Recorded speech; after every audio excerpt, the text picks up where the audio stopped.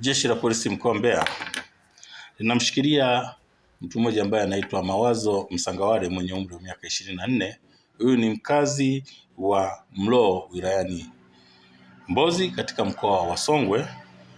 Anashikiliwa kwa tuhuma za mauaji ya kijana mmoja mwenye umri wa miaka 18 anayeitwa Juven Baraka Mwambugi aliyekuwa mkazi wa Isoko wilayani Chunya katika mkoa huu wa Mbeya. Awali Januari 9 mwaka 2026 majira ya saa 2 za asubuhi katika kitongoji cha Isoko, kijiji cha Igundu, kata ya Sangambi iliyopo katika tarafa ya Kiwanja, wilaya ya Chunya, mkoa huu wa Mbeya, Juven Baraka Mwangumbi mwenye umri wa miaka 18, mkazi wa Isoko ambaye kwa sasa ni marehemu, alipigiwa simu na huyu Mawazo Msangawale ili wakutane katika pori kwenye mto unaoitwa Mapogoro kwa lengo la kutaka kufanya naye biashara ya kuuziana madini aina ya dhahabu. Toka siku hiyo alipopigiwa simu hakuonekana tena hadi alipokutwa akiwa ameuawa kwa kukatwa na kitu chenye ncha kali kichwani, ambapo pia pikipiki yake aliyokuwa akitumia yenye namba za usajili MC 599 FJJ aina ya Huje pamoja na fedha taslimu shilingi milioni 1.5 alizokuwa nazo huyu marehemu hazikuweza kuonekana katika eneo la tukio. Kwa hiyo kufuatia tukio hilo, Jeshi la Polisi mkoa wa Mbeya kupitia askari wa kuchunguza matukio ya mauaji walianza msako mkali Januari 15, 2026 majira ya saa 9 alasiri huko kwenye eneo la Mpemba katika mji mdogo wa Tunduma ulioko katika mkoa wa Songwe. Waliweza kufanikiwa kumkamata mtuhumiwa huyu Mawazo Msangawale aliyekuwa akitafutwa sasa kutokana na tuhuma hizi za mauaji. Na mtuhumiwa huyu baada ya kumkamata au kumkuta huko katika eneo hilo la Tunduma huko mkoani Songwe, pia alikutwa akiwa na pikipiki MC 599 FJJ iliyokuwa ameipola baada ya kutekeleza mauaji yake katika mauaji haya huko wilaya ya Chunya.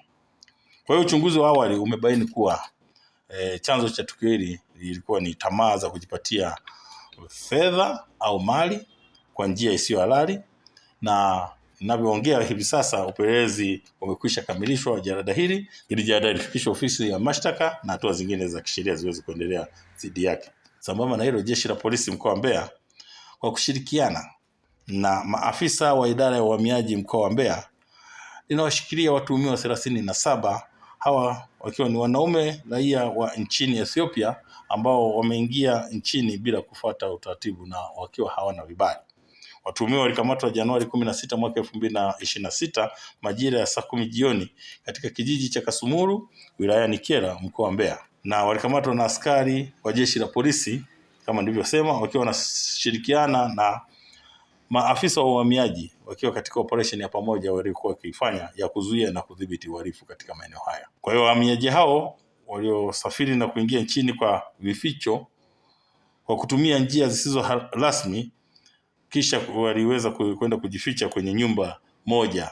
ya mtu ambaye alifahamika kwa jina moja tu la Kasanga iliyopo mashambani mbali na makazi ya watu kule maeneo ya Kasumuru.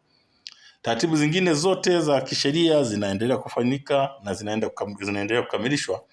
ili baada ya hapo idara ya uhamiaji iweze kuchukua hatua stahiki dhidi ya wahamiaji hawalamu. Wakati huo Jeshi la Polisi mkoa wa Mbeya kwa kushirikiana sasa na watumishi wa kampuni ya Blue Master Limited waliweza kuendesha msako na walifanikiwa kuwashikilia watuhumiwa wawili. Wa kwanza ni Mudi Damata maarufu Abdalla mwenye umri wa miaka 26, mkazi wa Soweto jijini Mbeya, na mwingine Juma Saidi maarufu Juma mwenye umri wa miaka 49. Huyu ni mkazi wa Isangawana wilayani Chunya katika mkoa huu wa Mbeya. Mpaka sasa hivi wanashikiliwa kwa tuhuma za kutengeneza pombe bandia ambayo walikutwa nayo wakiwa hawa watuhumiwa sasa wakiwa wanaiuza. Ni kwamba watuhumiwa walikamatwa Januari 18 mwaka 2026 26 majira ya saa 7 usiku katika kitongoji cha mpakani kijiji cha Isangawana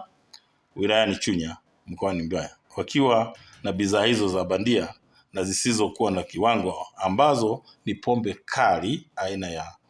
Pan Master ambazo idadi yake ni katoni 49, konyagi kubwa boksi 8, konyagi ndogo zile za kati boksi 8 na konyagi nyingine zile ndogo kabisa boksi 18. Watuhumiwa walikamatwa na pombe hizo bandia au fake wakiwa tayari wamekwisha ziandaa kwa ajili ya kuzisambaza kuwapelekea wateja. Kwa hiyo Jeshi la Polisi mkoa wa Mbeya linatoa wito kwa baadhi ya wananchi ambao bado wanaendelea au wanaendekeza tabia ya kujipatia mali au fedha kwa njia ya udanganyifu au kinyume na sheria waweze kuacha mara moja, kwani madhara yake ni makubwa kwao na kwa jamii, kama ilivyotokea kwenye tukio hili la mauaji ya Juven Baraka Mwambugi. Jeshi la Polisi mkoa wa Mbeya linatoa wito kwa wageni kufuata sheria na taratibu za kuingia nchini ili kuepuka usumbufu wa kuchukuliwa hatua kama hivi ambavyo wameweza kuchukuliwa. Lakini pia linatoa wito kwa baadhi ya watu wanaotengeneza pombe bandia na zisizokuwa na kiwango kuacha tabia hiyo mara moja, kwani ni kinyume cha sheria, lakini pia zinasababisha madhara makubwa kwa watumiaji. Aidha, kwa wauza vileo ambao wanauza vileo maeneo mbalimbali, wanatakiwa sasa wahakikishe wananunua bidhaa hizo kutoka kwa wasambazaji halali wanaotambulika na wanaofahamika kupitia kampuni zao au wakala wanaofanya biashara hizo.